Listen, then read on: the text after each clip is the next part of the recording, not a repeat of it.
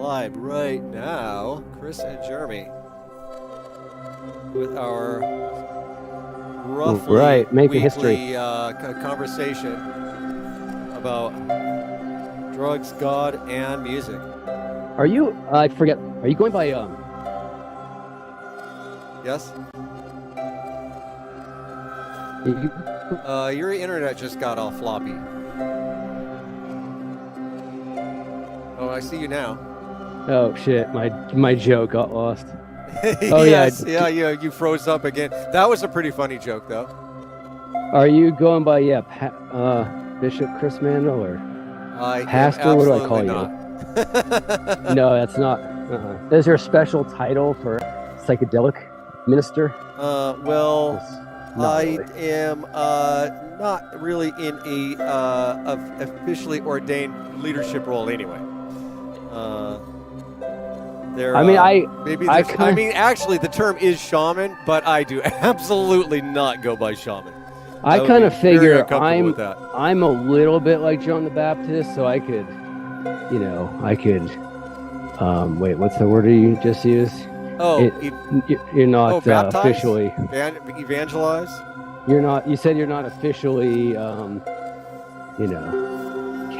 you're not officially what into your role. Anyway, I can do that for you. Oh, okay. You can. Because I'm Jewish. You're not, right? So, I can. You've even been more serious about shamanism, or more interested in shamanism than me. That's true. So.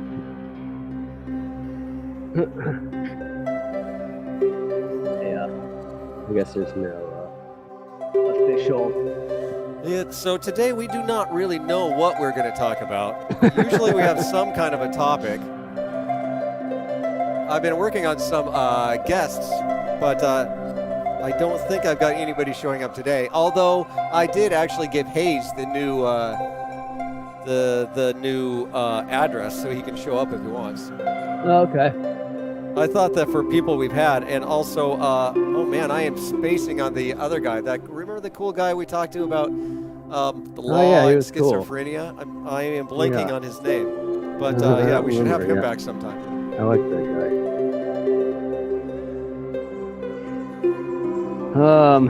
Well, I guess we could kill some time by doing a check-in. I guess actually what I kind of thought might be interesting. Okay. I've kind of been dragging this topic along for a couple podcasts, and it seems like it might raise some eyebrows just to consider how using psychedelics might be a contribution. Oh, that's right. You mentioned that. That's an interesting topic. So in other words, I should have put that in the title. I forgot about it. Right, yeah. So the question is that Jeremy wants to address is, can using psychedelics actually, like, not just for yourself, but like ultimately contribute to society in a positive way, or maybe a negative way, but presumably it's a positive way that you're more interested in. Right. Well, it's mainly to consider that while I'm assuming that we usually consider the use of psychedelics to be a personal thing, whether it's fun or healing, or even if you're looking at it in a negative light, it's abuse and addiction, it's still very personal. But, very rarely, except outside a shamanic model or a Western kind of therapeutic model, rarely are we considering, well, what if you're not taking it for yourself specifically? And it could be traveling for somebody else, like in the shamanic model, or it could be creative work, helping you with your creative work that you are sharing with the world. I don't know. So I guess that's what we'll talk about. But what if it wasn't just a personal thing? Or it's both. I don't know. So, yeah. Does anything come up since you're interested in the topic? Well, I mean, there's the example of a shamanic work. So technically what you were talking about, I think, is where a shaman traditionally somebody would come to the shaman and say, I need to work on my whatever. I need my crops to come up, or I want to have a baby, or right. And then the shaman would take the medicine, probably go deep into a trance, and then do like spiritual work from that point of view. Yeah, which tends to be that the drugs are purely a method or purely a vehicle to communicate with whatever theological pantheon is, indigenous to the culture. So gods or spirits or local spirits or demons or whatever, like the whole thing, right? So then you're going to a trance in order to communicate, like you might do in a small way with manifestation, right? Like you really have to visualize and focus and whatnot.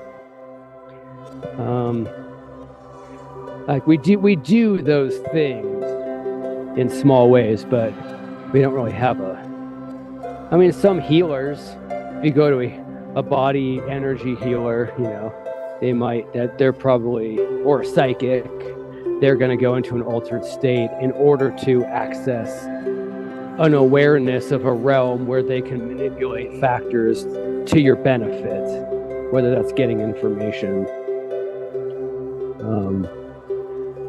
But yeah, so it's very much, so I suppose it's the reverse. Instead of taking a drug and be like, oh my God, all of a sudden I believe in God. This model is, well, you're way past that. But now you're taking the drugs to work with all the gods on behalf, or all the whatevers on behalf of somebody. Something that comes to mind as far as this isn't quite what you were talking about, but the shamanic model. Something that comes to mind is that so much of the therapeutic model is the assumption that you're basically going to be taking as little as possible. I mean, not so much in terms of the dose, but the idea of a shaman who's taking psychedelics all the time and it's really part of their lifestyle does not have a place within the mainstream therapeutic model. Even for the facilitators, the assumption is that you'll do it like a little bit just to kind of know what the territory is, and then after that you're just giving it to your clients as if they like it's chemotherapy or something. Yeah, but that's we're hugely psychological in this culture, which is a concept and a worldview that not all cultures share. As opposed to what? In fact, I'm not saying you're wrong, but yeah, well, it's not even as opposed to anything. It's like, if you're a Nichiren, well, I don't know, I shouldn't use that example. If you're a religious Buddhist and you're like blessing the archway of the house before you go in, because obviously that's where the spirit lives. I mean, it's just a certain worldview. Psychology is how you feel, why that's meaningful, manipulating it for whatever reason. That's only, as old as Freud was like the father of that in the mid 1800s, late, I don't remember. So we're talking like 150 years of psychology. So, regardless of where we put it, it's still pretty young compared to any other cultural tradition, even the Western one. Oh, okay. Yeah, I see. Anyway, just to kind of frame, because or it could be spirituality, therapeutic. Mainstream. You're not. If you're working with a professional, you're probably working on your psychology. Oh, okay. That's your point. As opposed to purely spiritual work. Well, that is also difficult to define, especially, I think there's a tendency in our world to kind of just, reduce spirituality to psychology. There's not always a well-defined distinction. Well, and then maybe we're talking the same distinction. Then maybe a psychological spirituality is my experience of God and how that opens me up. But then, it's still very self-serving. If you're a professional religious person, then you're gonna go, it's different, right? I mean, not even saying that's like better or worse, but in the example of shamanism, you just live in an inspirited world. It's not a matter of belief. In fact, the whole notion of belief is kind of ridiculous. It's not. It's like it's real or it's not. There's nothing to believe in, really. I mean, I guess you can believe and then you feel it, but yeah, you just work with it. You don't believe in anything. So I kind of like what you're saying. Even in spirituality, as we talk about it, it's kind of psychological. The way it's often used. Although I think that it's an important topic to is there a meaningful distinction, between spirituality and psychology? Which I think is a little hard, but it's an important topic, especially if you're, talking about a world where there's a movement to make like psychedelics psychological, but purely secular. So it becomes, is there a point to spirituality, and is it a meaningful category anymore? Becomes a relevant topic. Well, okay, so it kind of, just to organize these ideas, it seems like, just to see if there's any kind of pattern, or is anything that we're can glean from this. It seems like there's an indigenous, and obviously neither one of us are anthropologists, so we're doing our best, but there's an indigenous model, which is something of, you live in a multi-dimensional universe already, right? Any indigenous society isn't really spiritual or religious in the way we think of it, because there's no duality there. It's just they live in an inspirited world, if that makes sense. There's rituals, but there's no not ritual. There's no secular, I guess, would be the way to say it. That's what you really mean. Yeah. So that would be one model, and in that case, it seems like a lot of the religious or spiritual behavior, including the use of drugs and altered states, is on behalf of the tribe. I guess it could be argued most things are on behalf of the tribe. Maybe not finding your own partner, but hunting, divination. I mean, that's shamanism. Yeah. So then that's... do you think that they were probably, or... Well, of course, indigenous folks, there's more than one indigenous culture, so to put them all in the same box is a little bit unfair and simplistic, but... Yeah. The Western emphasis on the individual is a pretty modern and unique thing. Yeah. Okay, it's a bad thing necessarily. I think that we've gotten a lot out of it, actually. But most societies in the world today, and certainly traditionally, have more emphasis on the community and less on the individual. From an evolutionary point of view, the individual organism cares a lot about itself. But at least ideologically, there was more emphasis on the community. Yeah, well, if you're not supported by industry, then you're reliant on each other. Therefore, everything is integrated, and there's no secular, because humans intrinsically are multidimensional. They have multiple states of consciousness. That's how their brain works. So if you don't try to stamp it out, you're left with a society reliant on each other that includes some kind of mystical or inspirited element. It's universal.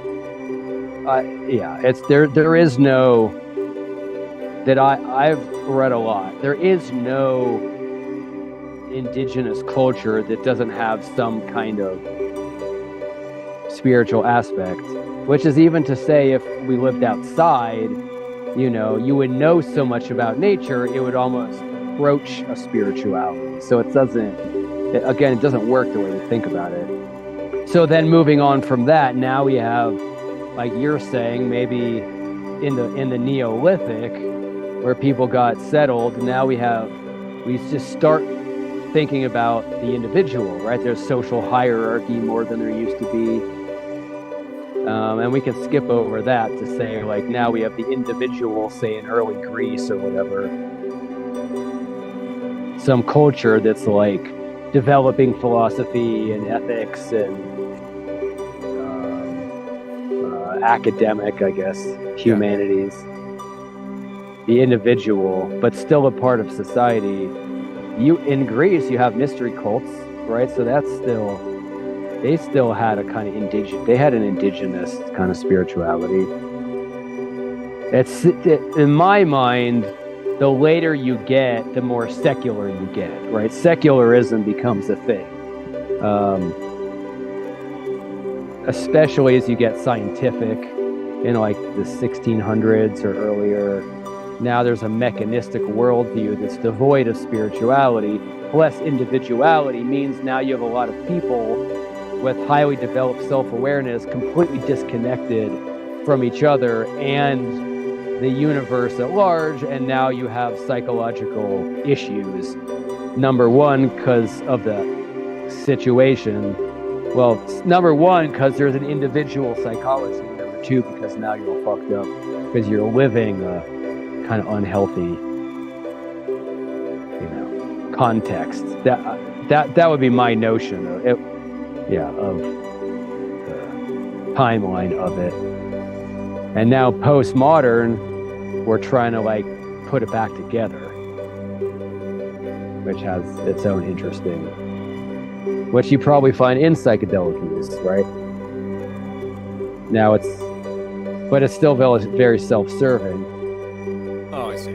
Because we're still individuals, but we're trying to reconnect because we're starved of the connection. So we're not yet offering our contribution to anybody because we are still, it depends on the person, but by and large, still trying to get our own self back to what feels healthy. And then people who are really good at it, are doing it a long time or whatever, then they're healers or they're church leaders, or they're whatever. Now you're working on behalf of the community again, not trying to. Anyway, I don't know, I wanted to put all that in order because that to me seems like kind of an order. Yeah, it is. I think the distinction, well, one thing you pointed out a little bit is, I guess it's hard to say, because we've never been in another historical society. So it's really easy to get very idealistic about other cultures, especially, the good old days, make America great again, right? But certainly in today's spirituality, contemporary spirituality, there's an awful lot of emphasis on, like the self. I'm going to heal myself, and then people become ironically self-absorbed. Yeah, I don't know. There's any. To me, there's no like hierarchical value judgment. It's just if you read enough, anthropological literature. Human civilizations, human cultural development is similar. It differs by eco-region, by ecology, but it's pretty similar. It's just humans. We got to eat. We have life cycles. It's just basic shit that every culture does. In similar ways fundamentally, but culturally different ways depending on who they are and where they live and what the weather is and all that stuff. Yeah. So yeah, it's not to say that they're good or bad. It's only to say that we're just noticing you could say indigenous human nature, right? Oh, that's interesting. If So we're instead of thinking of indigenous as like these other people or this other time, it's more like a part of us that is still almost like part of our brain, but rather we're thinking of uncovering the levels of our own psychology and ideology, our own society. Our own society is an indigenous society with a whole bunch of other shit piled on top of it. Yes, exactly. That is an interesting point. I've never thought about it that way. Because human culture isn't random. It's built into our neurology. I mean, we are, if we're bonobos, we'd be fucking each other. If we're mole rats, we'd be doing whatever, but we're not. We're Homo sapiens, a particular species of biological organism that's wired a certain way. And Homo you can sapiens see... love to watch TV. Yeah, and eat pizza. Too. Yeah. Entertainment, I guess. Right. Self-awareness means these unique things. Entertainment is one of them, or art. But indigenous is even the right word. It's like, what do you call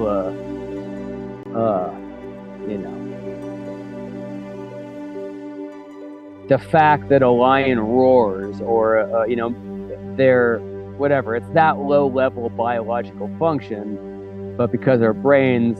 Actually, it doesn't even matter. Ants have a culture. Every organism, if they work together at all, has a culture together because you have to. Otherwise, it'd be chaos. They couldn't survive. Yeah. So it's like that. It's like how we're just wired, and you evolve for half a billion years. This doesn't just change because all of a sudden there's video games. We're kind of the same as we used to be. And that's probably a lot of dietary issues and environmental issues and cancer. And there's lots of things that are unique to westernized, industrialized, well, at least industrialized cultures.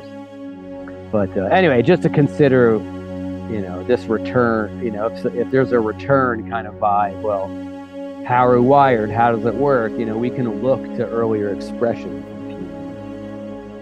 Yeah, I wanted to say something that I forgot. Sorry, I feel like Hackfield though says that the music is mesmerizing and the talk is edifying. I think that's good. All right, excellent. I'm getting better at talking to you while playing. Oh, okay. I still get distracted, but the music that I'm getting distracted with is a lot more sophisticated than 6 months ago. Hey man, you know why that's important? Because when you finally attain true mastery and you sell out and join a wedding band, you'll be able to read a book while playing your parts. So keep practicing, buddy. Yeah, and that's how you'll learn. You'll get there one day. Reading books about metaphysics on stage while you're playing at a wedding. That's the secret. You should give people that lessons in that. This is how you learn. This is how you can learn music, make money, and learn about spirituality all at the same time. There's a Far Side cartoon, and it's like a takeoff of the takeoff of the stereotype. If someone's in math class with a magazine in their book, but this guy is an artist, and he's secretly reading math equations in his book or under the table, and his boss is like, "Do you really like this job?" Yeah. You really like this job. One would think if you were a professional musician, you wouldn't be trying to go back to something as boring as metaphysics, but to each their own. Well, I guess now that we have a kind of outline, I'm kind of curious, because I feel like now, while we might be talking about use of psychedelics on behalf of the collective, let's say, simply put, now there is a little bit, not of a judgment call, but almost like a truth, what's the term? I can't remember, but a truth evaluation. right? If our bodies are designed or our culture is designed a certain way, then what might indicate like a true direction of evolution or change, I guess. Like if you're trying to, I guess we need a context. So our larger context is our like, Paleolithic kind of, our hominid ancestral line as far as our neurobiological evolution. Now we have a modern context, let's say the psychedelic revolution. So now you're like, well, if you're gonna have a revolution, where are you gonna take it? Are you gonna just turn it into a bunch of stores? That's fucking stupid. That's already what we're doing. So are you talking about what the social ramifications of what it is when you trip, and what it is like, what you end up manifesting afterward? Kinda. I'm saying if we're looking at, we've kind of outlined, if you take psychedelics for yourself, you're kind of in this developmental psychology model or evolutionary psychology model, right? You, for some reason, feel the need to expand your consciousness in a way that perhaps we as creatures had more of, but now we don't because secularism is such a strong force, which I'm not arguing against. It's just a unique and very, very modern thing, but it's having these side effects, which are requiring people to like try yoga and try meditation and try psychedelics and do new age shit and all that stuff, right? We're trying to fill in something. There's a real cultural need here. So or maybe I should like start there. From there, I guess we just consider that now, if we're outlining a kind of an issue, I guess, now we're looking at what are we doing. So I'm proposing that secularism cuts us off. We're psychologically fucked up. We try all these things, now including psychedelics, to fix it or to address the issue of being cut off from feeling connected to the world because our society is scientistic. So now we're using psychedelics and all these things. Like if all that doesn't sound like bullshit, or if it does, we can revise it. Otherwise, now what? If we're just taking psychedelics for our own indulgent experience, so we're kind of stuck in psychology, to your point. So if we want to go beyond that, but we're not buying into like basically doctrinal religion or monotheistic, religion, all of which says mysticism sucks and don't do drugs. So that's not going to work. Now what? Like, now where do we go from here? What's the evolution? So I don't know. I'm suggesting, and I think our show is on, well, maybe it's doing it for the collective. Maybe that's one answer. This is a little bit maybe a childish sort of, but the conversation reminds me a little bit of how like everybody when they're like 20 or something and takes acid for the first time says, "Oh my God, what if we gave this to everybody? We've got to like put this in the school cafeteria food, and it will save everything." Yeah. Well, and you do think. Yeah. You look out into the political world, and the political world is sadly and incredibly unpsychedelic. Yeah, very mechanistic and transactional. And transactional. Yeah, you could put it that way. And a lot of selfishness and fear.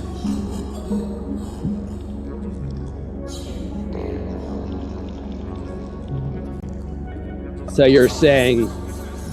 Well, I guess the question is, if more people, it's an open question, if more people did, when the teenager says, dude, let's give it to everybody in the school, what they're pointing at is what we're talking about is if more people took it, would it have positive effects on society?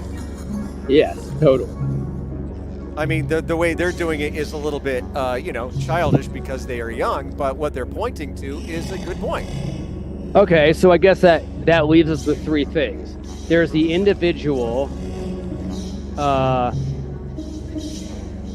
and their own kind of, well, let's see.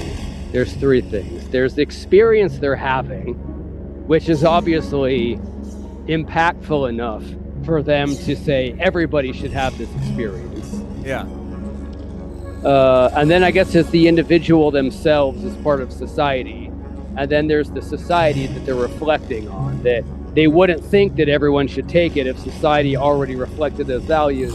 So obviously something's up with society, and something's up with them because the experience they're having is new and impactful, and that's how they're expressing it. Yeah. And they're like, oh my God, I'm connected again, and I wasn't before, and no one else is. Everyone should have this experience. So it really seems to reflect something authentic. Well, the exciting part is that it seems like we are building towards a world where psychedelics are more part of our life. Oh, of course, let's keep it. I just thought of an counter example. From what I understand, the Aztecs, psychedelics were much more mainstream for the Aztecs than they are for us, right? They also ritualistically murdered millions and millions and millions of people. So let's not get too idealistic about how, about how mushrooms are going to save the world. Yeah, Nazis use drugs too. Yeah, the Nazis use drugs too, yeah. Although weren't they using high doses of amphetamine? Yeah. It's a little bit different.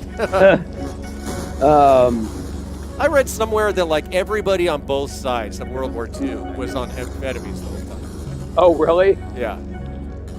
Yeah, I mean, sure. It makes you a better soldier. Better soldier. I'm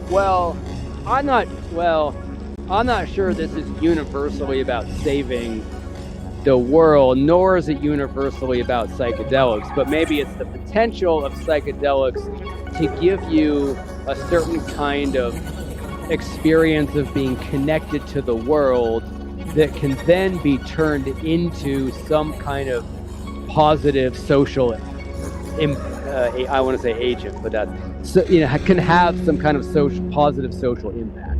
That to me, because you can go anywhere, you can veer off into hierarchy and power mongering, and nothing goes a particular direction. But if you meditate, sure, I guess you could make yourself a better murderer, but you can also make yourself a better something else if you meditate. So yeah. I think there will be a tendency, towards equality and compassion and empathy if you are spiritual. Even if you can find isolated examples of very spiritual people who are, violent, that negative impact on them. We're talking. I mean, number one, we can't get out of our own cultural framework. So yeah, that's a good point. We have to take that. So what are we talking about? Well, our culture is suffering certain things. Psychedelics seem to do certain things. Back to the 20-year-old who's doing them for the first time. You can look around and see that people are in some kind of zombie-like trance because their creative mind is shut down or whatever. I mean, I don't mean to be judgy, but there's some kind of we seem to be in a real context where it's not gonna, I don't think it's gonna be salvific, but it's gonna be more within our cultural context. We can turn it into something positive. I don't know, what if we did? What if everybody had to trip? What would be the curriculum, right? I mean, that would probably take forever to work out in our society, but you're teaching people how to lose their own egoic form and connect to the universe and feel oneness and feel compassion and love and peace and all those things. That seems like something that probably everyone would benefit from. Yeah, the larger topic that you're bringing up really is, we put it in the context of psychedelics, but really it's how much impact can working on yourself have on the people directly around you, as well as society at large, right? Yeah, right. That's a kind of a hard balance, because working on yourself can become very self-absorbed, which we've talked about.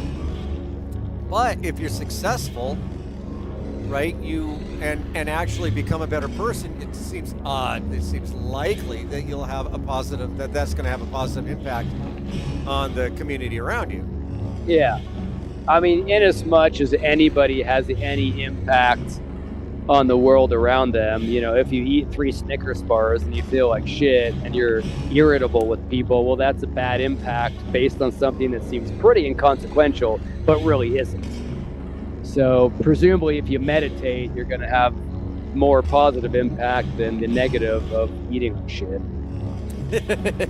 I mean, if we're reducing meditation or spirituality to like eating sugar, well, like it really doesn't do anything, well, we can at least say it does that. If it's making you more peaceful, then that's probably a positive impact on the world around you, because you're interacting with people. Yeah. And you're...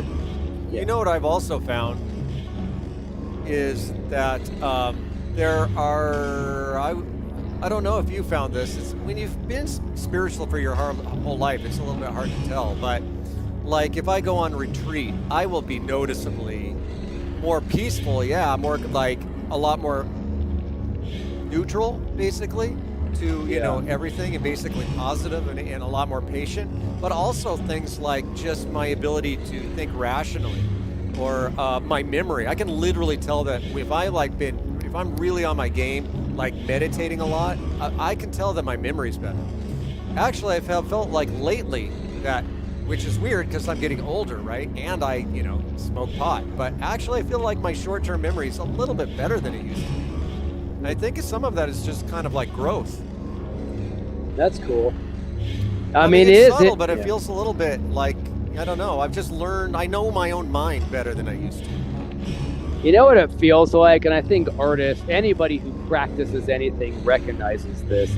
The more you focus, the more you narrow your focus, the higher your resolution of information. Right? Can you say that again?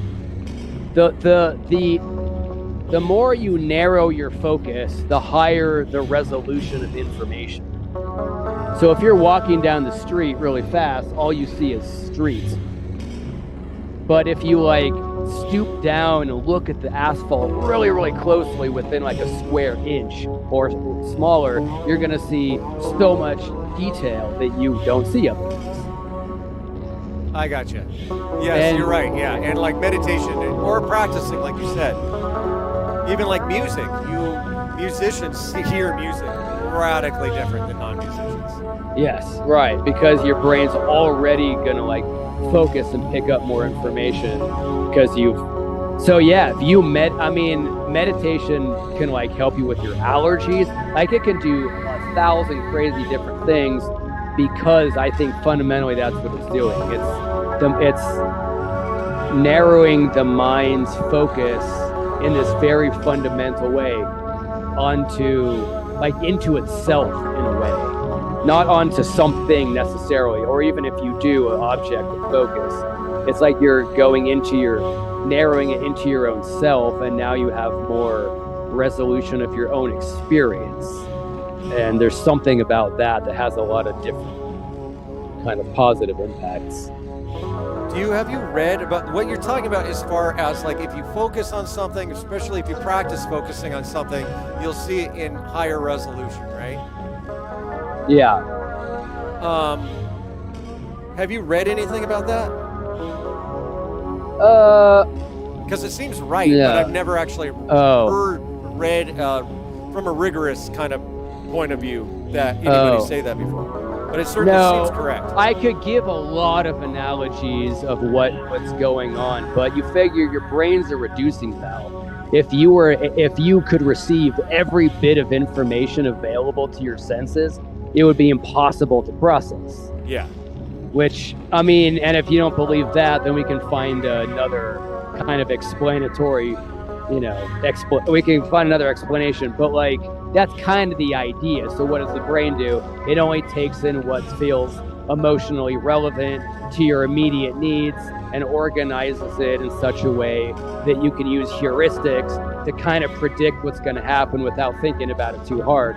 And now you have all this neurological leverage, which the brain does anyway. There's apparently the softest sound you can hear moves the eardrum by the width of a hydrogen atom. Really? Yeah. And so your nervous system amplifies that like crazy. And now you can, like, in that case, maybe barely hear it. But you can imagine, if you get much bigger and it's moving the width of a bacteria, well, that's, I don't know, 1,000 times bigger, or so. Anyway, the brain's amplifying all the stuff and sorting it out. And it just kind of seems like, if you narrow your focus, why does practicing work? Well, because you're not doing something else. You're only doing that. That would be another way to say it, I guess.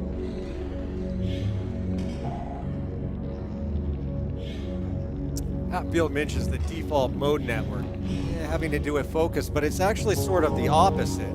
The default mode network, I would say, is more to do with being able to see the big picture and mostly ignore things. I agree, although Which I would is say actually important.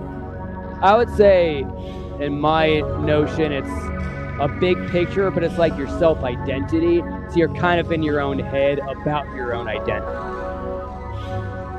It's the ego. It's the way the language is used to create and sustain ego. Because the default mode network is about saying words to yourself. Usually, or images, but it's you're right. You say these things over and over and over and over and over and over all day, every day. That's who you are. Yeah, it's high level, like you're saying. But what did they say? That the default mode network is like a way of focusing? I would argue that it is. Oh, it's really? focus. Yeah. Think of anything that might be an aspect of your personality. My computer died. You wake up in the morning. You go to bed. My computer died. I need to fix it. Arguably it's real. So maybe what's not real?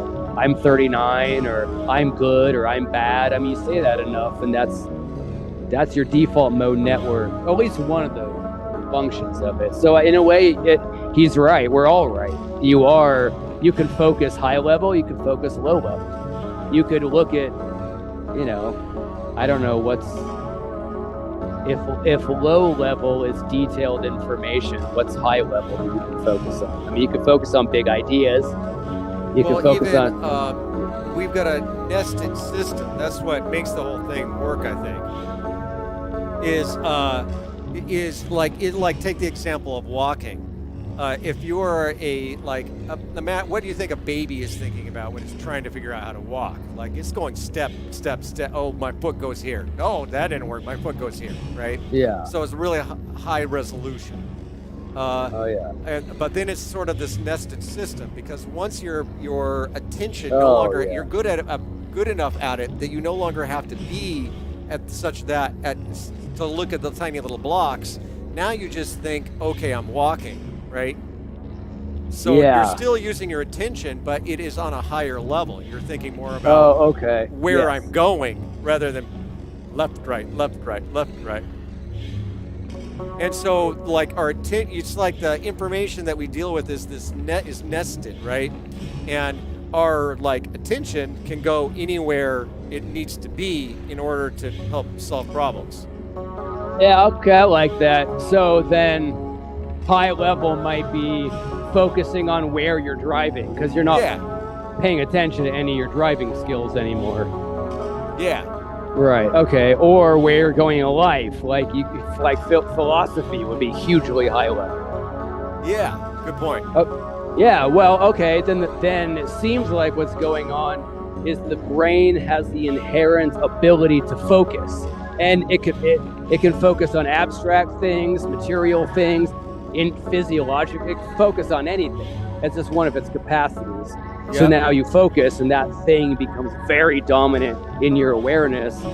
I mean, that's why people are into stuff, right? Somebody who's, I don't know, studied ecology and is immersed in ecology or immersed in sociology and positive change is going to say, yeah, the main thing we have to do is this. Yeah. Right? If only this, but everyone has a different this because their brain is like focused on it, sees all the connections, knows that's the case, but someone else's brain's just like focused differently, so they have a different solution. It's probably equally as meaningful, but not as singular as they think, because it's just the way they're looking at it. That makes sense to me. Well, we know everybody here. Well, we've got a few people watching. True. Thanks for sticking with our irregular schedule. I mean, we're usually on Tuesdays, but we've been missing here and there. So.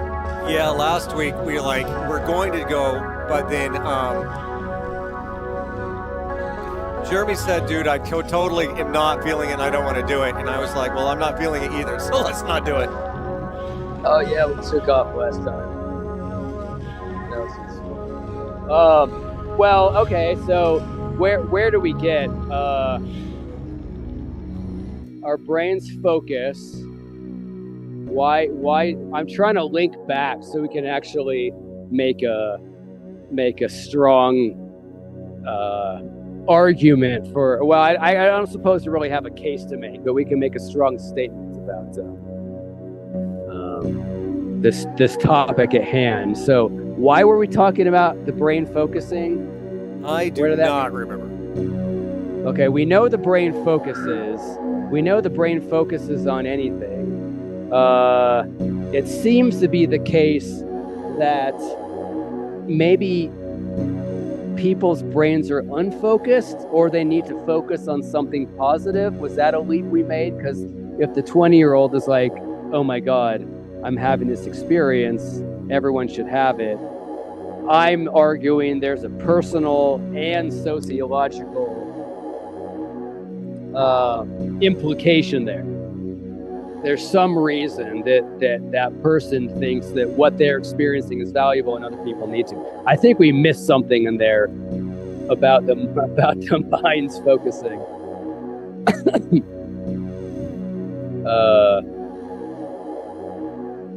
Let me see.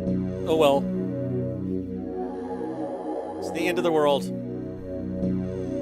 Oh no, it doesn't have to be the end of the world. But I would like to actually take our topic seriously and see if we can knit the stuff together to say something that's not just like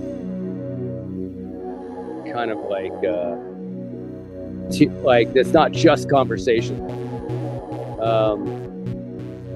You can if you want to entertain the people. I want to remember. I've never heard you say that before. Yeah, I'm sure.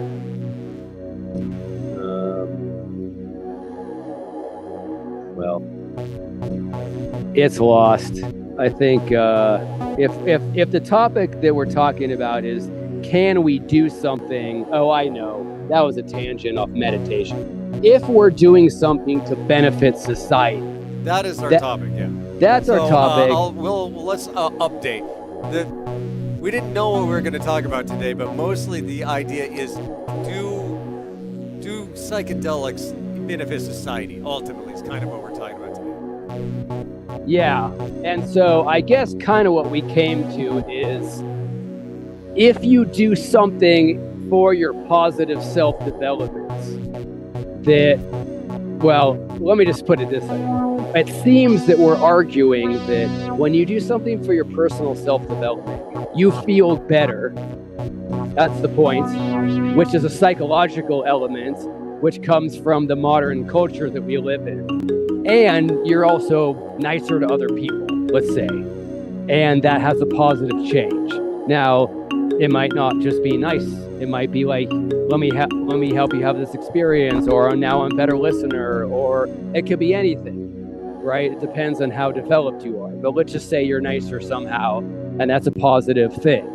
So in my mind, now we have to consider that psychedelics and self-growth aspects are necessarily having both of these impacts on you and on society via the impact on you. Like it would go in that direction.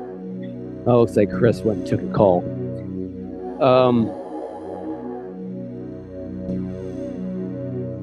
Right. So I think just that, well, actually, I kind of like to stop there. From there, now we get into shamanic models where you're doing it intentionally for people with all the, in all these different ways. But I kind of want to stop there and see when Chris gets back, even hear from anyone listening. If we just add the idea, if we add to the ideology of psychedelic use, this notion of it has a positive impact on you and the world via you, now what? What does it imply? Like, what does that mean for our use or for our intentions? Yeah, we'll give it a second, and we'll give it a second. Sorry about that. Oh, no sweat. I also got a question from via text about salvia. But let's who's Schnorr is watching the podcast. Yeah. Oh, right. What's up, Schnorr? Yeah. So, okay, I wanted to just actually hold on. I'm going to get a table and I'm going to get a beer. And, okay. Oh, are you? Let me. Okay, I've been waiting. Where did my? Let me just. We're like falling apart. Where did my glasses go? I'm at work, and so I had to take a call, and now I'm looking for my glasses. Oh, I can't see you anyway. So let me say this. I wanted your. Oh yeah, there I am. Oh yeah, here I am. I wanted your opinion and other people's opinion. Let's just start there. Let's say that using psychedelics impacts you in a positive way, or can, right? We're saying it will through the culture that we're in, and it impacts the world in a positive way via the impact. Oh, now he's going away. No, I still hear you. Oh, you can hear me? Yeah. It's impacting society in a positive way based on the impact that it has on you in the first place.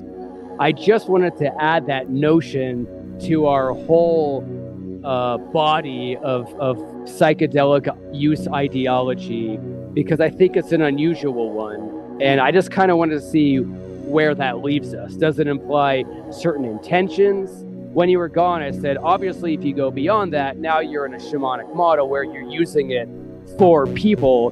But if you're still in a psychological model and you're using it for yourself, but you're also, that that's going to positively impact society because of how it impacts you, if you use it well, then where does that leave us in our kind of normal notion of things?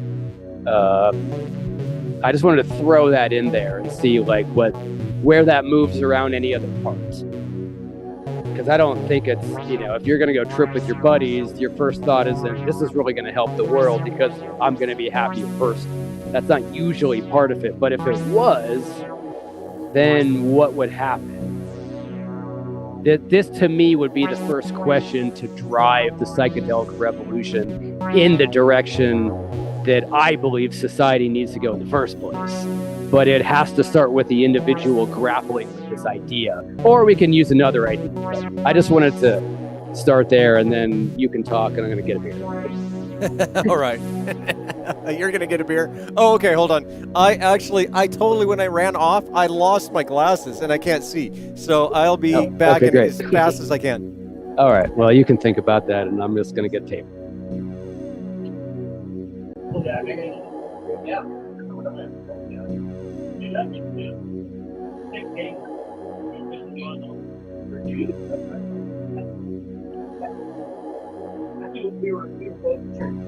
Our live stream is very informal.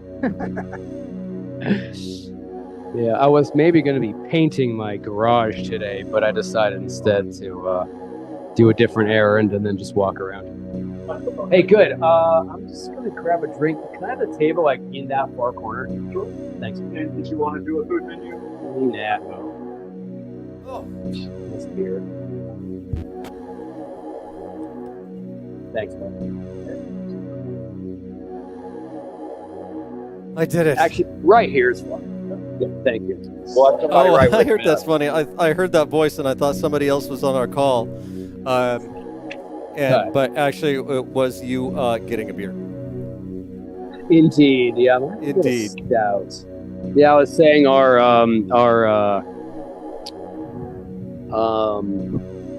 live stream is pretty informal.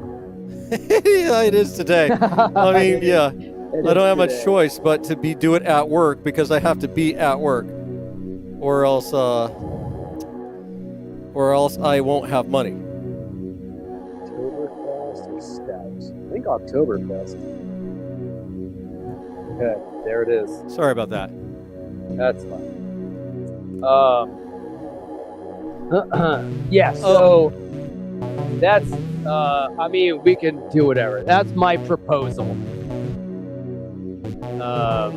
Well, you know, something you didn't mention is you're saying basically psychedelics will, if properly done, blah, blah, blah, will have a positive effect on your life. And that will have a positive effect on society at large, right? There's also the fact that it can have a positive effect on your relationships if you're tripping with people. Yeah, that too. So, right, there's this whole... Right, so I guess I'm asking if we're not if we're still in a psychological individualistic model, but we're actively considering that part of using psychedelics is a benefit to you and the collective, you know, I suppose the further out the collective, the less direct impact. But, you know, if you come home loving to your partner, I'm sure that's a really good thing. I don't know. What do we do with that? Do we just build on that and now, you know, in 4 short months you're going to be a shaman? Or is that not, obviously not everyone's there, but I would argue too that part of being a healthy individual, or part of healing maybe, is that you are contributing to something bigger than yourself. If you're only self-referencing, it's almost like the energy needs somewhere to go. And if it can't leave you, then it's never gonna grow all the way, because growth of anything means now you're engaging outside yourself. So, yeah. Thank you.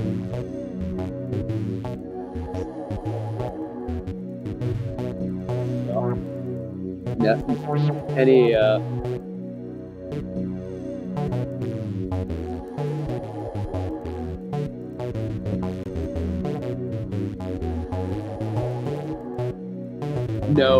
no feedback. Well, we can move on. But I was just saying. Sorry. I just feel like I already have. I understand really? the point. Yeah. Yeah. I guess I'm curious if we go back to the beginning. If we're talking sociologically, then, you know, and if we're in the midst of a psychedelic revolution and we're basically writing the rules or creating the culture, then I don't know. I guess that's our contribution. We think it helps you and society, so take that as you will. The end. Well, you know, I suppose you could ask, well, why, you know,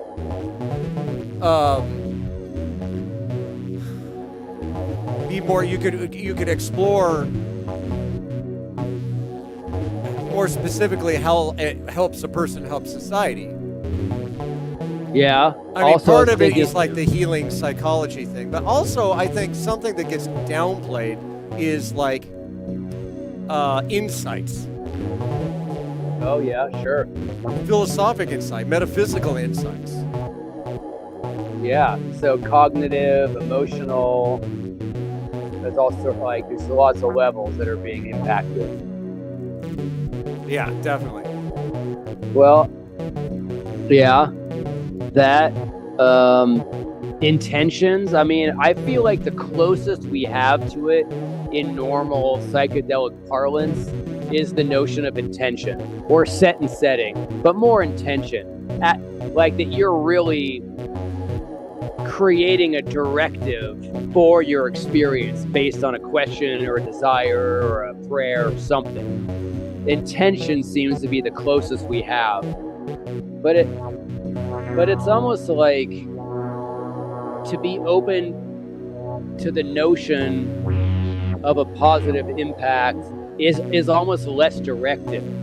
If you just assume that it is, and you're taking it with this kind of open-hearted intention that's not really cognitive, it doesn't have language to it, it seems like, I don't know what you call it, an awareness as opposed to an intention.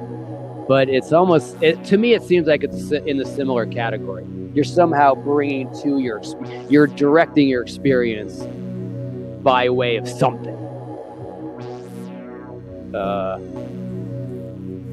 Because, I mean, I don't know, what if you believe that psychedelics made you terrorized and that's fully your belief system? Well, presumably you're going to have that experience more often than not. So it's almost, I'm always saying like, well, then any kind of belief system you bring to the psychedelic then is the psychedelic's going to amplify that. Yes, but also if your belief system is obviously just like wrong or not working for you, the experience may challenge it. Yeah, true. So it could be both.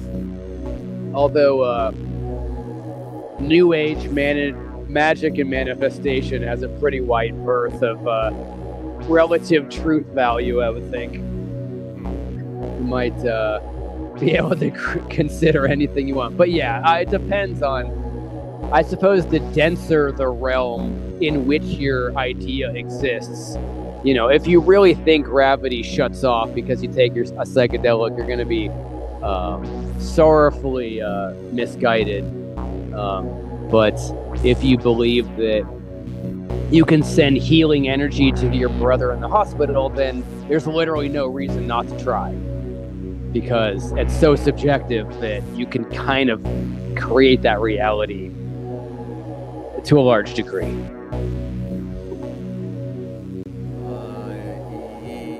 Yeah. I mean, you don't have to believe in like prayer healing or faith healing, but I don't suppose there's anything wrong with it, and it might do something. So, yeah, totally. And like your pre-existing beliefs are going to be a big part of that. Yeah, right. Not to say, not to get too new agey and simple, like, oh, your beliefs are just, make your reality. But to me, I guess I always think there's a middle ground where there's some truth to that idea. Yeah, I mean, that's maybe goes back to the default mode network. I mean, anything you're repeating to yourself like 100,000 times a day, you're going to have some kind of influence on how you see yourself and the world around you.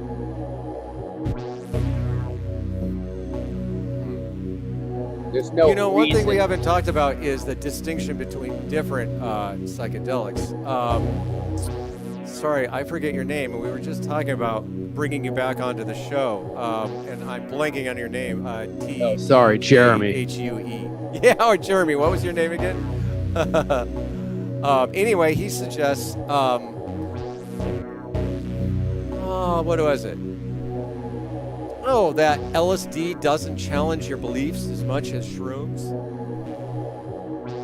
Oh, all right. I kind of like that opening.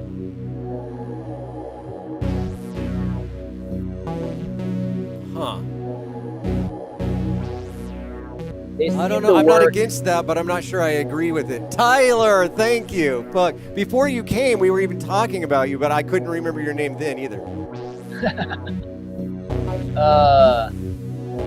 I would say mushrooms has a bigger body load, which might turn into an emotional component, and LSD is a little lighter in that way. And LSD maybe is almost more cognitive. So I could see it through that perspective, but I wouldn't say beliefs in general. I would say maybe a belief that's emotionally grounded or cognitively grounded. Or wait, say, mushroom challenged. An emotionally grounded belief might be more challenged by mushrooms. I don't know. because of the body load. Yeah, I agree that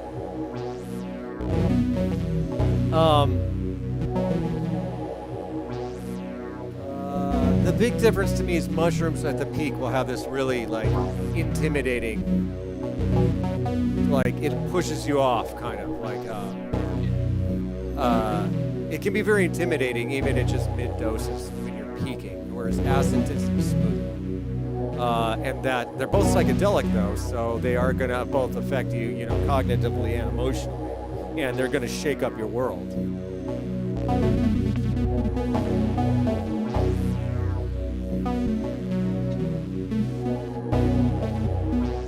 Yeah, well, I like that question because I'm still kind of I'm really adding to my notion of psychedelics the whole idea that different drugs are very useful for different things based on how they act in the body. So I kind of like that word, beliefs. Yeah. Yeah, that's interesting. I mean, I've had powerful experiences on acid. But some of my most powerful might have been mushrooms. It's really hard to say. I'd almost say that for me, acid has been more about like high level beliefs, like the universe, the nature of reality, my connection, what existence means. And mushrooms are more like they're denser, so it's like about more for me about like the emotion of relationship or trauma or there's like mushrooms, a big emotional I would almost argue that acid for me is more about beliefs, and then mushrooms are more about emotions. But I mean, I suppose your ideas come from wherever they come from.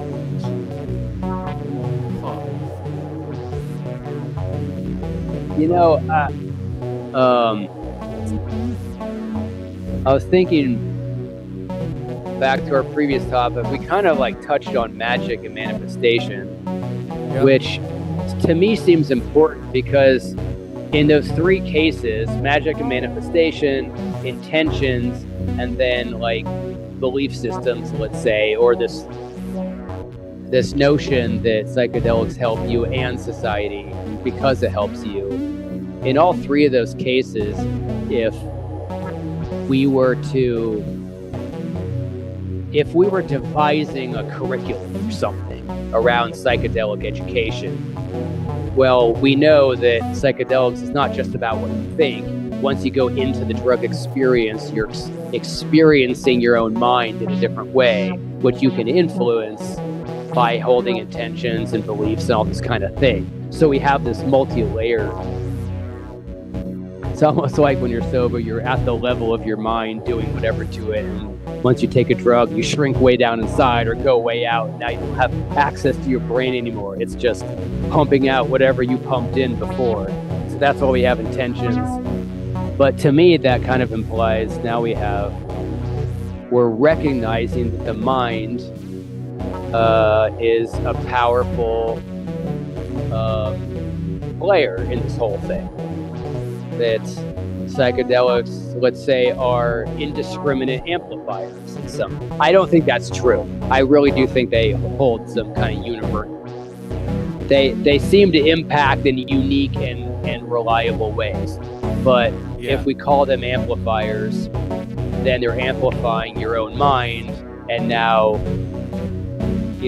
whether it's the drugs are good for society or I'm doing faith healing now, no matter what it is, now the topic is, well, how do you prime your mind so that the psychedelic can take that out and do a bunch of cool shit with it? What do you put in your head right before it? And we could probably have I could see there theoretically being a whole course on all the things to believe before you take a psychedelic that's going to optimize your capacity for creativity and exploration and self-growth. It doesn't mean believing, that like there's this kind of God, not those kind of beliefs, but it's almost like anything else, if you're gonna learn how to play the piano. Well, you can learn a song, but also learning posture is really important because it's going to make you a more efficient player. It's almost like more mechanistic, right? How do you want to structure your mind so that when you're high on a drug, your mind is super usable for anything you want? I guess that's almost what I feel like this whole conversation is leading to.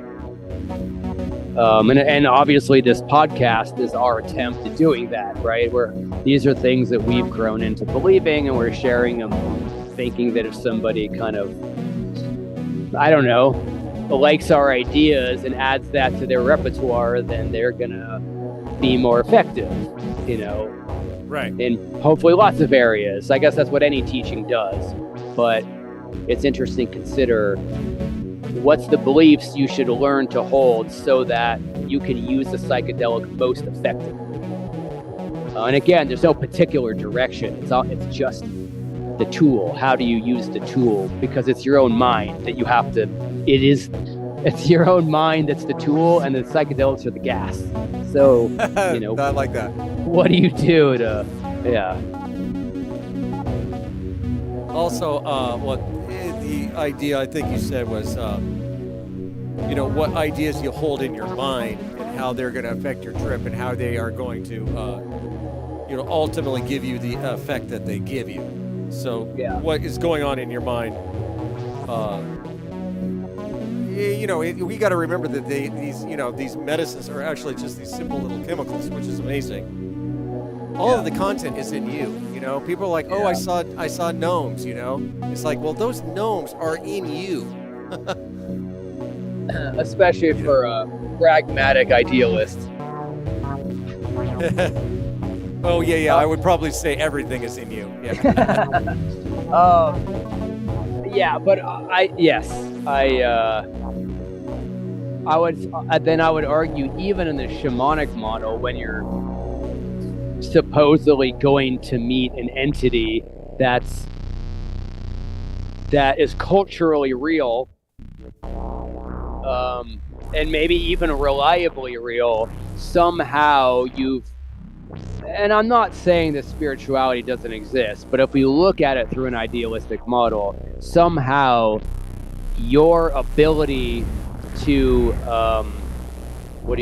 your ability to emphasize your own placebo effect, which is however the mind has an effect from its own impact, right?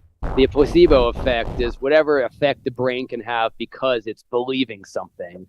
And it's it's a very potent energy, and arguably most of what's going on in our experience anyway. If you can control that, then you can have any kind of experience. That actually makes sense. Because your mind is creating your whole experience. Yeah. And you if you find yourself skeptical of that, you just have to look at dreams, right? During your dreams, your mind makes up your entire experience. So it's not, right, total.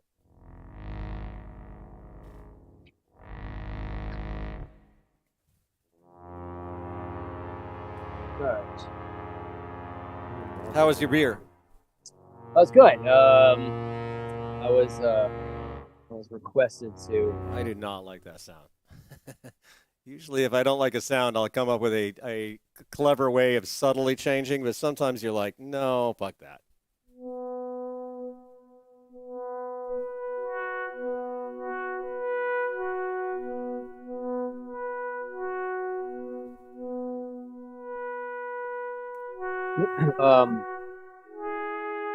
Right. Okay. So we have the mind that's really leveraging all these effects in your experience.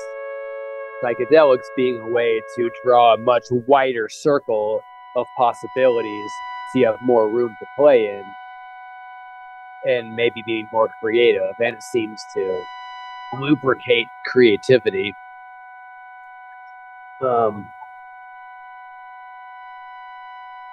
Can I close out? Here's a card for you. Ooh, that was fast. What's fast? Your beer. was fast. Oh yeah, I was requested to hang out at home. Oh, really? Yeah, we have some construction guys, and Kate wanted me to be on hand to facilitate as needed. So. Huh, lucid dreaming tips. I haven't lucid dreamed in a long time. Oh yeah. I used to on a regular basis. No, did you? Oh no way. I did. Oh yeah, once. all the time. Oh, when I was younger, I would. Oh, cool. Yeah, I think that.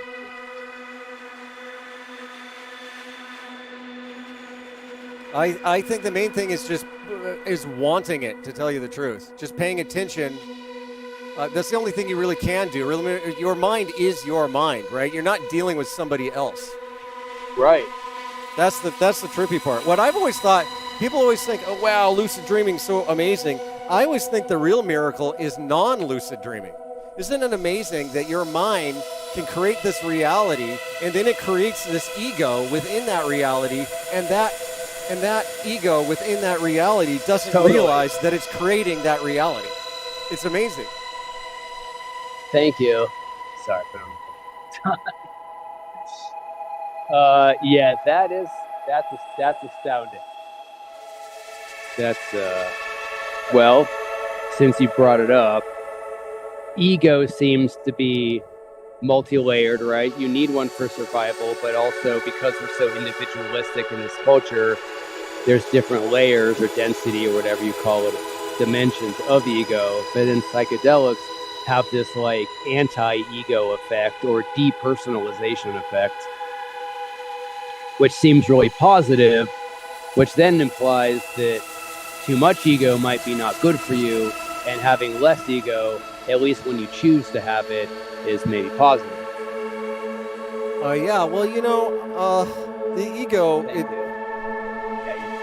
something I mean, it's a little dark, but the ego is not even built to be happy. Oh yeah. True. I mean, it's a little dark, but the reality is, you might as well try to transcend and become something bigger than your body mind, because your body mind isn't even really on its own side. Yeah. Right. It's mostly just to notice the bad stuff to make sure that you don't die. Yeah, think about the dopamine game. So you're hopelessly addicted to this dopamine stuff, right? Yeah. It's in your brain. Your fucking brain could give you as much dopamine as you wanted, but it doesn't. Instead of it's a big dick putting all of these rules on what, like manipulating you to do certain things in order so that it can give you a momentary dopamine rush, right? Your own brain is a big fucking asshole. Yeah, it's that system, I guess. That's what I mean, yeah. That system it's a little dark, controls but I think you. what it means is that try to, emergent properties, the Homo sapien can be more than just its body, and it has emergent qualities, and those are our opportunity. Those are our opportunities for what? Well, like to be happy and to be happy and satisfied with our lives, and to help others, and to not just fall into selfishness all the time, because your dopamine system and your testosterone, it doesn't give a fuck about other people. Yeah, presumably it's running in order for some low-level survival. I would say it's not very cognitive either. It's just kind of reward and or procreation. Exactly. Yeah, like low-level behavior. Yeah, well, in that case, then I would say with consciousness, whether it's intentional, like meditation, or the placebo effect, or taking a drug, now we're trying to wrestle awareness or locus of control away from what's kind of an addictive system. I mean, dopamine is the main, one of the players in addiction. Yeah. And we're trying to not be reliant on all the thoughts and feelings and actions which get our brain to give us dopamine, but now we're rewrote the rules so we get to be the locus of our own, center of control. I guess, having positive belief, whatever it is that makes you feel like you can generate your own positive experience, something like that. Yeah, that's what I'm trying to say. Yeah. We are capable of being good, and we are capable of being happy, and we're capable of wisdom. But like those things are emergent properties of the organism. They're not like low level, at least in my opinion. And that's why you've got to, that's why life is so challenging. It's to rise above, the simple biological system. Okay. Yeah. So if you say someone's being an animal, it's not to degrade animals, but it's to degrade our own, or it's to make note of our own greater capacity in ourselves. Yeah.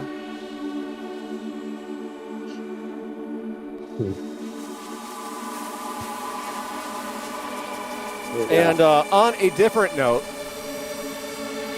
we're going to lose our psychonauts, so we won't only talk about it for a moment. But did you hear that Rolly just released? The Rolly makes this instrument, the keyboard that you can't see because of my green screen, but it's what I play all the time. Rolly just introduced a new instrument today. Oh, really? Yeah. It is a hand tracker that is built to go over your keyboard. And then it has extra, it has all these hand gestures, right? That you can control more stuff with the synthesizer, not just with the keyboard, but by like conducting in the air above the keyboard. I think I saw that on Facebook, but I didn't take note of the name of the company. You said it goes over your keyboard? It's its own piece of hardware, right? It is its own piece of hardware. It stands like a couple of feet kind of over your keyboard, right? And then it tracks what your hands are doing.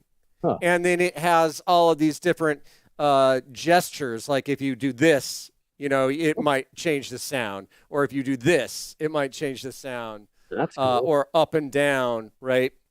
And so like you can play a chord just to put it on sustain, so that your hands are on it, but you're sustaining it, and then you can play the tone of the chord just by waving your hand around in the air. Yeah. Oh, that's cool. All right, cool. Go Rolly. Yeah, they're really innovative. They do interesting stuff. Yeah, I might end up getting one. We'll see. I could see myself getting one. I could see a real keyboardist being like, why would I want that? But I'm not a real keyboardist, so... I had a kind of why am I spacing? Theremin controller thing in the left channel. It was did you? Made it. Years ago? Yeah. Anyway, but yeah, it's a cool way. It's a cool kind of tool. All right, you hold down the show for 5 minutes. I gotta check on hot tub goings on. Oh, okay. So I'll be right back. Hot tub goings on.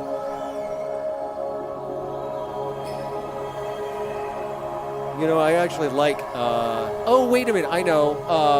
There was the question about getting pure Salvinorum A.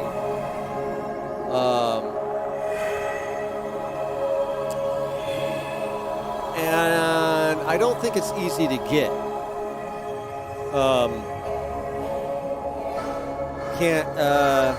Also, it might be hard. Well, it would be easy to precisely dose pure Salvinorum A, but you would still run into the same problems where when you first begin with salvia, your sensitivity is hard to predict.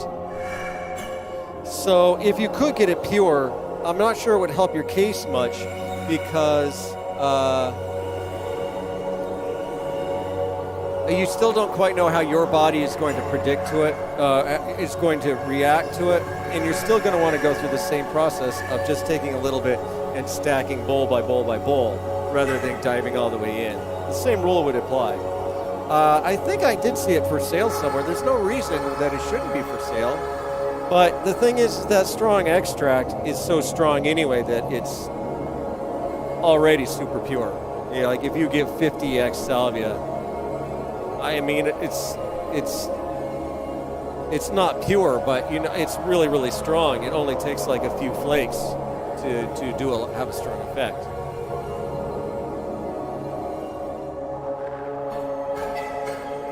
Ooh, that's a weird sound.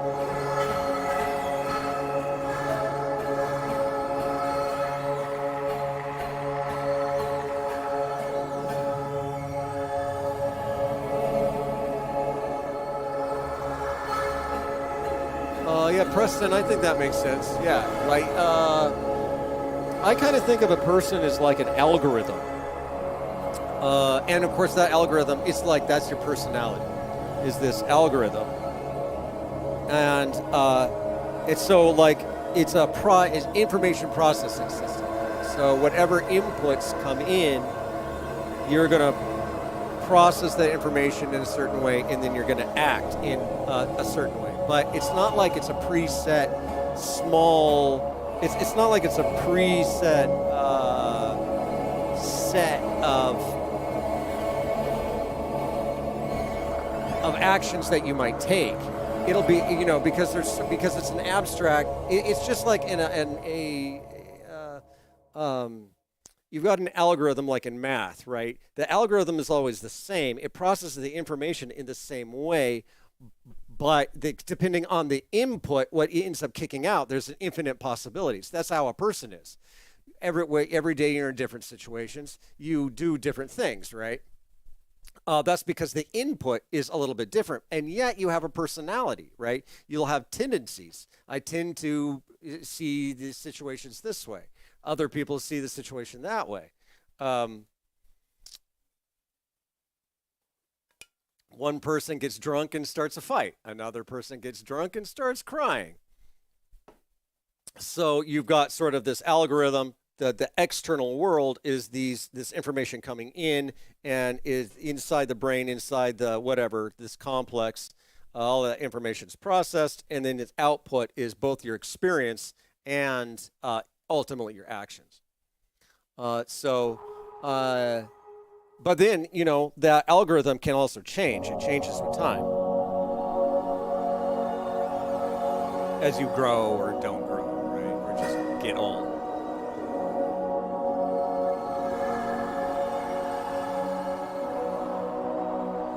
That's a nice sound. I've got the synthesizer, and I have explored it a lot, but I didn't write these sounds. So, and when I'm just messing around, like on this podcast, I will pick out sounds that I kind of can tell by the name or by the category what it might sound like. But like this one, I like it, but I've never played it before. It's called Aerial View of the Spice Factories. It's the name of this tune. It's got this nice choral quality, like that. If I barely press, you can hear that choir. But then it's also got all that weird, especially if I press harder. Oh, and then if I slide like this, see how I'm doing that? It gets into kind of that washy sound. That's cool. It's a nice sound.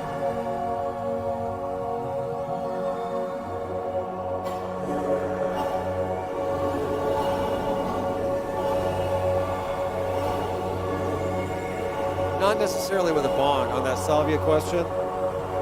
The whole you got to use a bong with salvia thing is like just this lame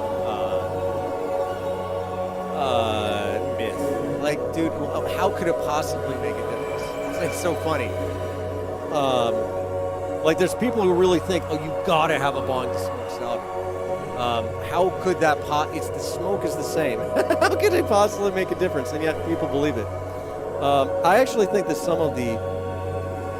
I have a theory about the salvia myths, that for a long time we only had dry leaf. It takes a shitload of leaf to get high. And so people came up with a couple of ideas, because they wanted to be able to smoke as much leaf as possible, like really, really quickly, in order to get it to work. So they started using torches, right? Because a torch is really hot. A torch lighter, that is really hot, and it will allow you to burn more of that leaf faster.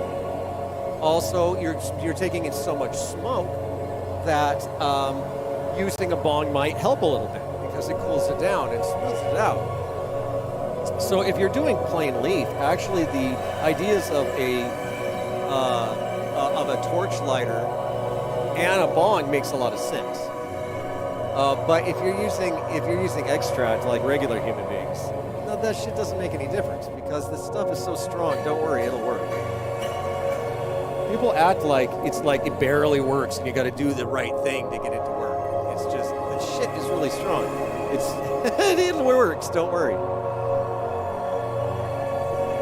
But anyway, what was your question? I started going off. So what I always tell people to do is just sort of my method with salvia when you first start is to load small bowls, just to extract. 10 or 20x is good. 10x is what I usually recommend for newbies, but 20 is okay. And it's a very small bowl, just a few flakes, and then you just see what happens. Okay, and after about 2 minutes, you don't feel it, just do it again. It's okay. And then using that method, you can just ramp up, and eventually it's going to hit. It's not going to not hit. Maybe it takes 10 bowls, but it will hit, right? So another big problem people have with salvia is it literally not feeling it. Well, if you ramp up, you're going to feel it. You'll feel it eventually. It's going to work. So it solves that problem. The method solves both problems of A, not feeling it, and B, feeling it too much, which is an even bigger problem.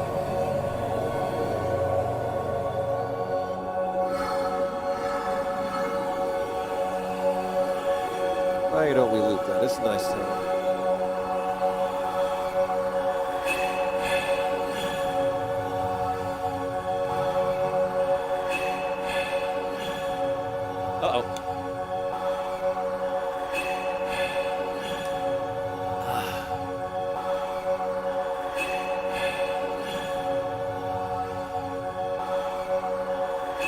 Now I have to remember what key I was in.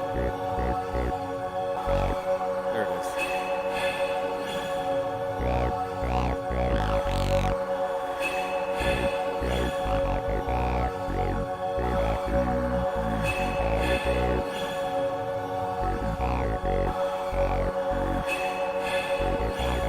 Yeah, well, Preston, I mean, I'm not like an expert or something. You can read about it.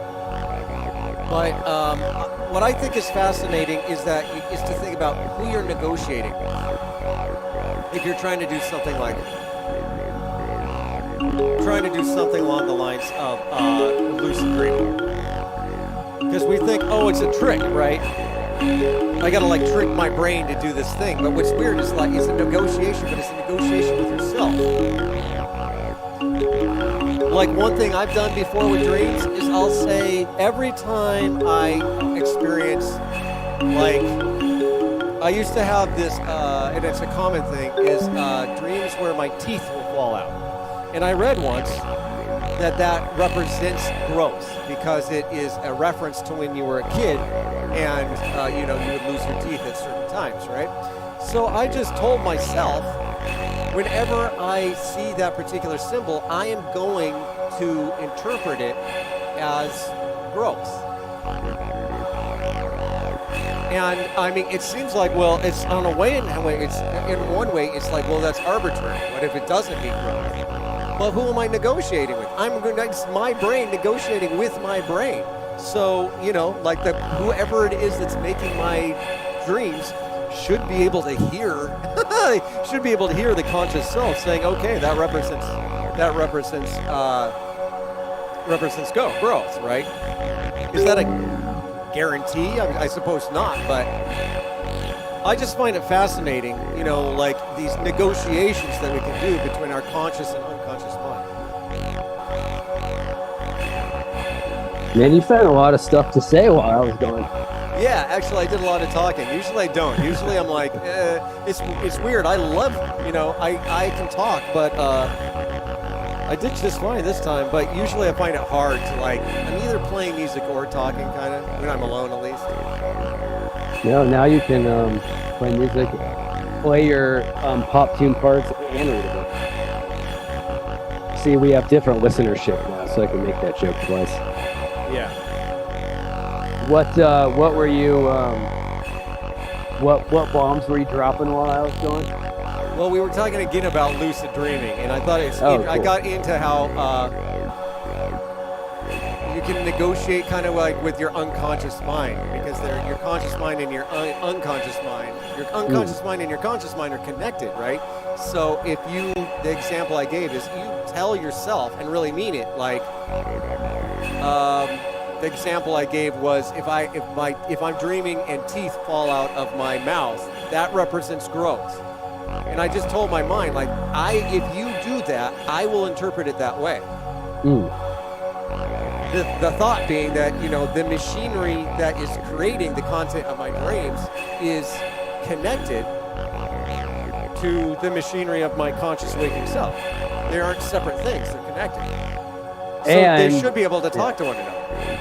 Maybe what's interesting about the default mode network is it's on the boundary between the two. So it's subconscious, but kind of coming like breathing is like that. So if you do something consciously long enough, you're going to wire your subconscious to start pumping out the same content, whatever that is. And that's maybe how that kind of real change occurs. Preston was with us last time too, so he's our new buddy. Asked, what would an abandoned building mean? Thanks, Nate. In a dream. But to me, that's like for you. But I usually do, if I'm doing dream interpretation for myself, I try to do it like right after I wake up. Because I find like right when I'm awake, sometimes like it's just obvious what it means. That's what I experience. And also, I would like to insert, maybe the question is better, what does it feel like, not what does it mean, because dreams are all feelings. I mean, yeah, I would argue that dreams are mostly feeling-based. Like, reading is weird, time is weird, use of language is not super linear in dreams. It's hard to read stuff. If you try to... So it's almost like, what does that feel like? Because it depends, right? An empty building might feel like peace and spaciousness, or might feel super lonely. That both of those would be understandable and like different for a different person. That's a good point, yeah. And yeah. I think I like that, because like it's not going to be a one-to-one. Well, obviously it means this. It's more like what emotions does it bring up, and that's what it means. Actually, I've read 100 dream interpretation books, and every single one says if you dream of an empty building, you're going to win the lottery. Like, I know it sounds crazy, but that's what they say. So. Yeah, every single one, yeah. Yeah, every single one. You're going to get a date with Marilyn Monroe, too. Yeah, it's both of those things, yeah. So the whole feeling thing goes for everything else except empty buildings, like, weirdly enough. I don't know. That's the one symbol that always means one thing. Yeah, it always means that one thing, so. Yeah. I don't know how to conclude anything, but I'm just noting that our podcast is a small and I think like interesting part of the psychedelic revolution, right? We're talking about things and people are hopefully, people are hearing us and our ideas are having whatever small impact that they're having. Or large, but probably small. Because we're talking about a sociological impact of all this stuff on this call, I mean, amongst other things. But I almost wanted to make some kind of like link there, although I don't know what that is. At some point, Chris and I had kind of toyed around with the thought of doing some writing, which... I guess barring that, maybe I'll take the leap to say that, assuming Chris and I are both in the same page, so you can correct me, that as our sociological impact on everybody, as our impact on ourselves, thus society, and our part in the psychedelic revolution, we're saying that aspect is of prime importance. And I think it's been implied in everything we've talked about, because the only reason we're having these conversations is because we've impacted ourselves this way. And other people probably agreed with it. Chris and I agreed with each other, and then we thought our ideas were good or whatever. And now we're like sharing with other people. But that seems to underlie a lot of what we're doing, what we're talking about, and why we're doing it. Maybe just to more even define the show as a contribution, right? We did a bunch of psychedelics, we had interesting experiences, we had thought a lot about a bunch of stuff, and then we started a show 30 years later, or 40 years later. No, we're old. 48 years later. When did you first quit? High school. No, so, I was not a baby. Yeah. It was not 48 years ago. No, yeah, 30 years My ago. last year, not this was my 31st anniversry I'm on now. This is the first time I tripped on acid. So 30 years later, then you take, I think you got to be old to start down the road of working on behalf of others in the spiritual, religious, or metaphysical realm. So it's funny that I like the point that you're making. It's a good place to wrap up, because it's about that time. And like the impact that psychedelics can have. I didn't think about that, but that's what we're doing right now, right? Neither of us is even tripping right now. Yeah, right. But we sure do talk about it a lot. We just don't do it on camera.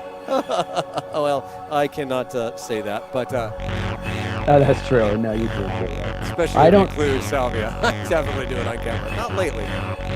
The only time I was the video of our jam. I think. I'm pretty sure. Oh yeah, that's right. Unless you count Necros, but that only lasted for 30 seconds. But yes, all right, sure. Our path, this fall, this is our contribution to society, and part of that is to say that consider that.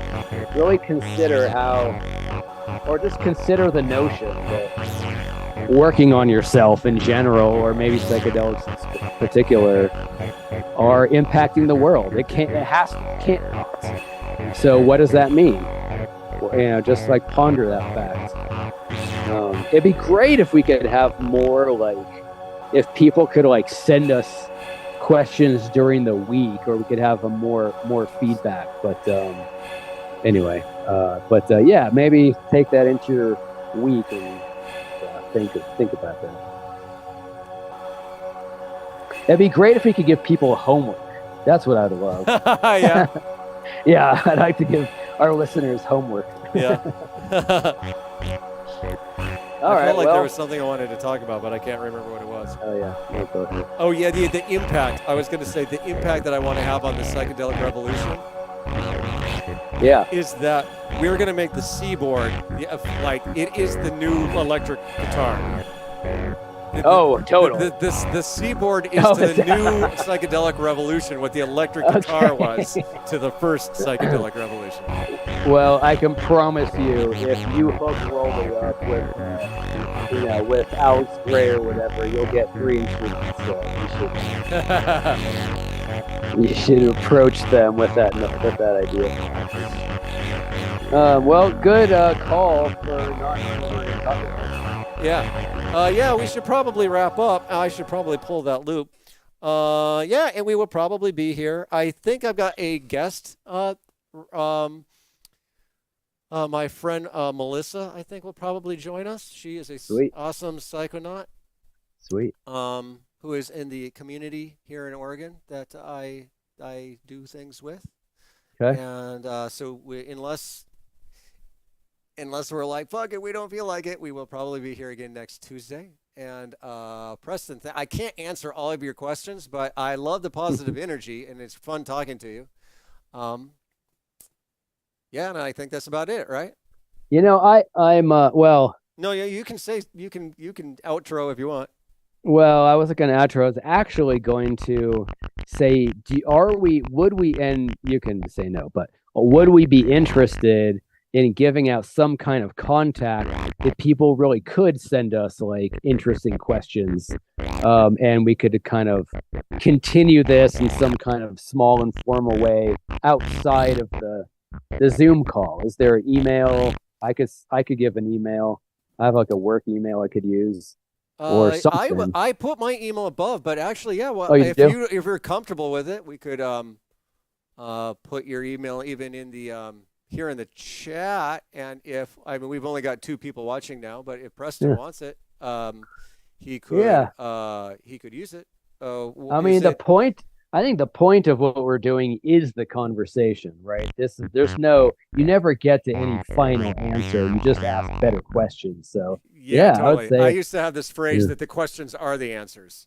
yeah, right. Yeah. Yeah. And it's true. If you certain kind of questions kind of define the territory enough that it becomes an answer. But, if people are interested to keep, dialoguing, well, reach out. You know how to get a hold of it. Yeah. Well, yeah. And you can reach me through the channel because or go to my website, cloudlessrain.space. Yeah. And But it's got a contact form, and sometimes it takes me a week to notice that I got something. But I do always talk to people unless you are trying to a random robot trying to sell me something. I always get back to people. Okay. all right, well, sweet. Let's call it good. We will see Okay. y'all next